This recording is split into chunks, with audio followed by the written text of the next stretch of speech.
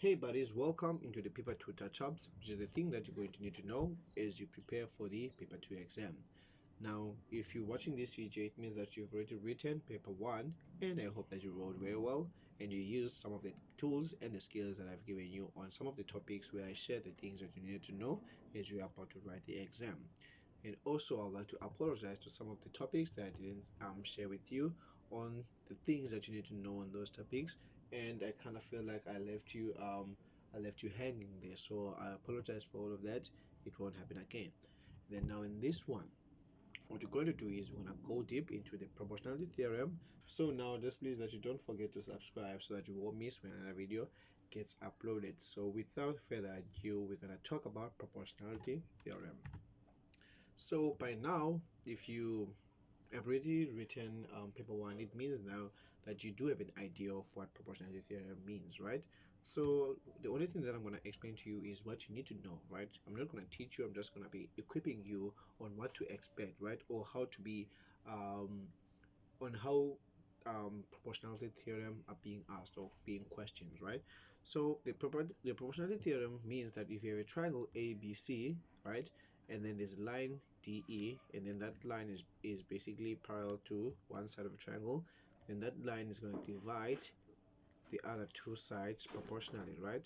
So what this means basically is that if you see this line, and then this line is basically parallel to the one side of the proportion of the triangle, then it means if you take the portion AD and then you divide it with BD, what it's going to do is it's going to create a ratio, and then this ratio is going to be the same as when you take the portion of AE and you divide it with EC, right? So basically, proportionality theorem is all about testing if you understand that because of you having the same ratio, it doesn't necessarily mean you have the same length, right? So this proportionality doesn't only end with these small parts here. It can also include the bigger side, which is AB and EC. And when you're looking to the bigger side, you can take the bigger part, which is AB, and then you divide it with one of the smaller parts here. Let me just say BD. Let me just say DB, sorry, DB. And then now this AB is going to be the same as AC over EC. So the question that you should want to ask yourself is, how do you know which portion is proportion, which ratio is in proportion with another ratio? So the easy way to do this is like this. Let's say I want to prove this AD over BD is in proportion with AE over EC. So what I'm going to do is, let me just remove this. What I'm going to do is I'm going to start with AD. So I'm going to say AD, right? So when I get to D, what I'm going to do is I'm going to use this parallel line, right? I'm going to go through this parallel line. So this parallel line, it takes me to the other side of the triangle. As you can see here, it takes me to what? To E. So because of it took me to E, then it means now here to create the other side that is going to be in proportion with AD, I'm going to start from A and then I'm going to go to E, right? What about DB? So DB, I do the same thing. Come from D, then I go to B. Now do you see now DB is between two parallel lines, so it means now I'm from here to there, which is going to be C, and from D to E, which is going to be E, so it means this is going to be the proportion side. So I hope this makes sense. It also works with AB and AC. So that's basically how you can find when ratios are the same. So the key here is to understand how to find the ratios that are the same, right? And then when you equate those ratios, if you find them that they are equal, then it means now you can basically find what? You can find the length of each side, which is what the question basically, which is what most of the examiners will be testing you, or what most of the questions will be all about, right? Now take this note now.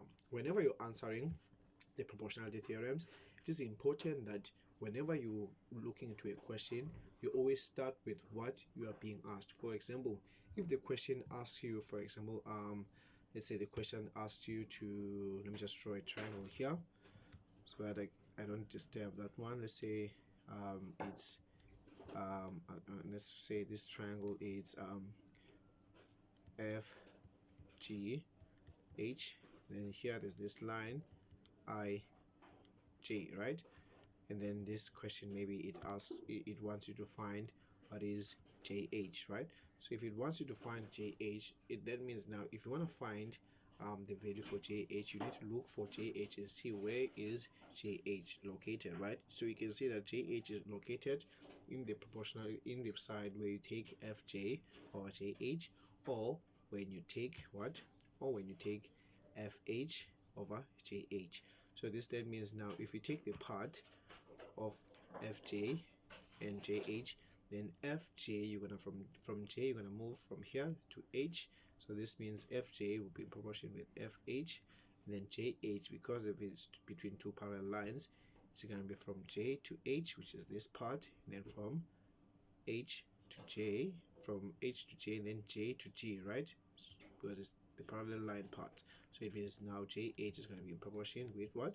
With HG. But if you choose to take the bigger part, it will be from FH, and then you're going to move across that parallel line. So it means it's going to be FG, right? So I hope this makes sense. It's just basically it's the only thing that you need to know there, right? But of course we're going to look into the question so that you can like make sense of this. So without further, let's just go into the question without wasting any further time so that I can explain to you how this is done.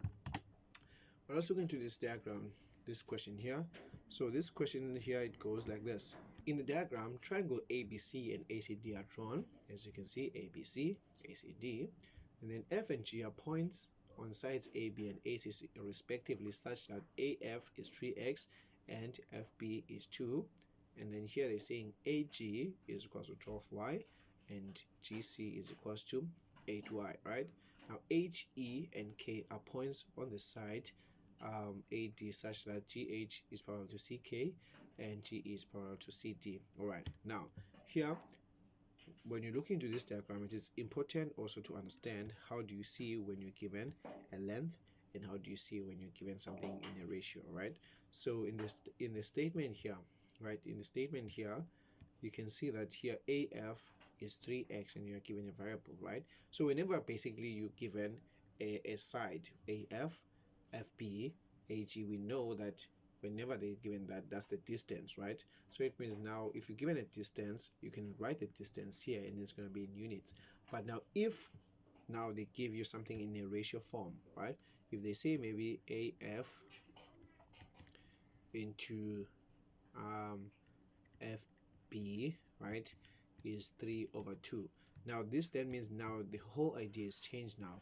This 3, it is not the length of AF, and this 2, it is not the length of FB, but the ratio of both of them. When you take the length of AF and you divide by FB, it gives you a ratio of 3/2. So I hope this makes sense, because I want you to understand all this before we go to the question. So let's look into the first question. Now the first question says now we need to prove that FG is parallel to BC, right? So FG parallel to BC, how will that look like? So if FG is parallel to BC, it will be something like this, right? Now here you can see that the line FG is parallel to one side of the triangle, which is ABC, which is that side is BC. So if we had this FG parallel to BC, then we know that we would have had AF over FB, right? The ratio there was going to be equals to AG over GC, right? But now the problem here is that FG is not parallel to BC, and we need to show that it can be parallel. So to do that, what we're going to do is we're going to calculate what is AF over FB. So let's go ahead and do that. So AF over FB is equals to the length of AF is what? Is 3x, and the length of FB it is 2x. And then when you simplify this, you get 3/2. So now here we know that we have the ratio, right? The ratio part of AF over FB gives us 3/2. So now let's go ahead and look into this part, other side. So AG over GC is 12y over 8y, and then if you simplify this, you're gonna get the same thing, 3/2. Now do you see here, first and first, before we continue, do you see here 3x is not the same as what? As 12y, which means the length of AF is not the same as the length of AG, and so is the length of FB is not the same as the length of GC. But when you simplify them, the ratios are the same. So because of that, it then means now that AF over FB, the ratio there, it is equals to AG over GC. And because of the ratios the same, it then means now FG, it is parallel to BC. And then the reason for this, it's converse prop theorem. So I hope this makes sense. Now let's go ahead and look into the second question. Now the second question, it says now let's prove that AH over HK is the same as AE over ED. So now here what I did was I showed you two diagrams. So let me just say diagram 1 and diagram 2. So the reason why I'm doing this is because remember we said that whenever you're answering the prop theorem questions, you need to start with what we're given. So here they want us to find what is AH over HK, right? And then secondly, they want us to find what is AE over ED. So what we're going to do is we're going to calculate AH over HK separately and do the same thing with AE over ED separately. So starting off with AH over HK. So what I'm going to do is, first things first, you need to do what? You need to show what is AH, where is AH, and you also need to show where is HK, right? Now if you look into this, you can see that with this portion, these two portions here, you can see that here we're looking into triangle ACK. So that means now looking into triangle ACK, I can see that GH is parallel to what? To CK. So this then means now AH over HK equals to, so now we need to look for the proportion now. So this means now to find the proportion, we can say that AH, right? So we're going to move across using the parallel line. We can see this is G, so it means this is going to connect with this one. So this means AH is in proportion with what? With AG over, now let's look into HK. Now HK is from here to here between two parallel lines. So this first parallel line gives me G, and then the second parallel line gives me C. So it means this is GC. So GC. So what's the reason for this? It is prop theorem. Now prop theorem, here we can see that it's between GH parallel to CK. So please make sure that you also state the lines, the line and to which side of a triangle is it parallel to, right? All right, so now we calculate what is AH over HK. Let's go ahead and look into what? Into AE over ED. Now AE is this part, and then ED is that part. So we can see that this is in triangle ACD, and so in triangle ACD, I can see that GE is parallel to CD, and so the AE over ED is going to be equals to, so what do I do is I say AE, then from E I move, then from E I move using the parallel line, so I can see it gives me G, so that's AG.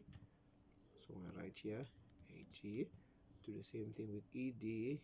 D, I move the parallel line, it gives me GC.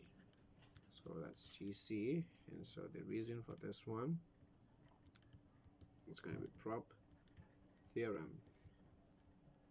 And then stating the lines here, GE parallel to CD, right? So here, what do we notice here? We then notice that here this ratio, right, is the same as this one, right? So this then means now AH over HK, which is the ratio, is the same as AE over ED, which is also the other ratio. Now do you see that the only thing that we did here is to show that these two different triangles, even though they have different lengths, they're gonna have the same ratio.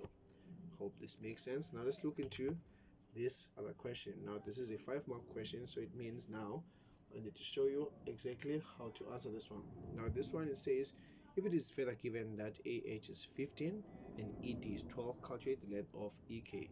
Now first things first, you see here we're told that this is AH, right? So it's not written in ratio form, so it means now here we're talking about the length. So which means the length of AH, it is what? It is 15 units. And then what about the length of ED? So I'm going to write it on the other side. The length of ED, it is 12 units. Now if you remember, AH, we said it was AH over HK, right? So what we're going to do now here is we're going to take this and write it down here. So we're going to say AH, the last time we had AH, that's when we were calculating AH over the ratio of what? Of HK, right? And then we saw that this was, going back here, it was AG over GC, right? So this was proven in 9.1.2, right? Now what is AH over HK? Now the ratio of AG over GC, if you remember, we've calculated here, AG over GC, it was 3 over 2, so 3 over 2. Now do you see here, this 2 over 2, it doesn't mean that AH has a length of 3, and it doesn't mean that the length of HK is 2. But so now this then means, now if you want to calculate the length of HK here, we need to substitute 15, and then we're going to have HK is equals to 3 over 2, and then cross multiply, you're going to get 30 is equals to 3 HK. Let me show the cross multiplication. So you take this one, multiply there, take this one, multiply there, and then you divide both sides by 3, and then this gives you HK as 10 units. So here I have what? I have 10 units.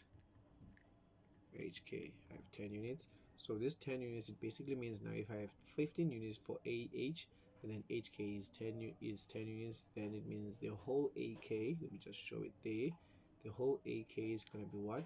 It's going to be 25 units. All right, so now let me look at the second one. And the second one, it says ED.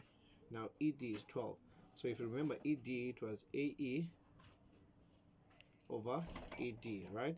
Now AE over ED was equals to, if you remember, it was equals to AG over GC.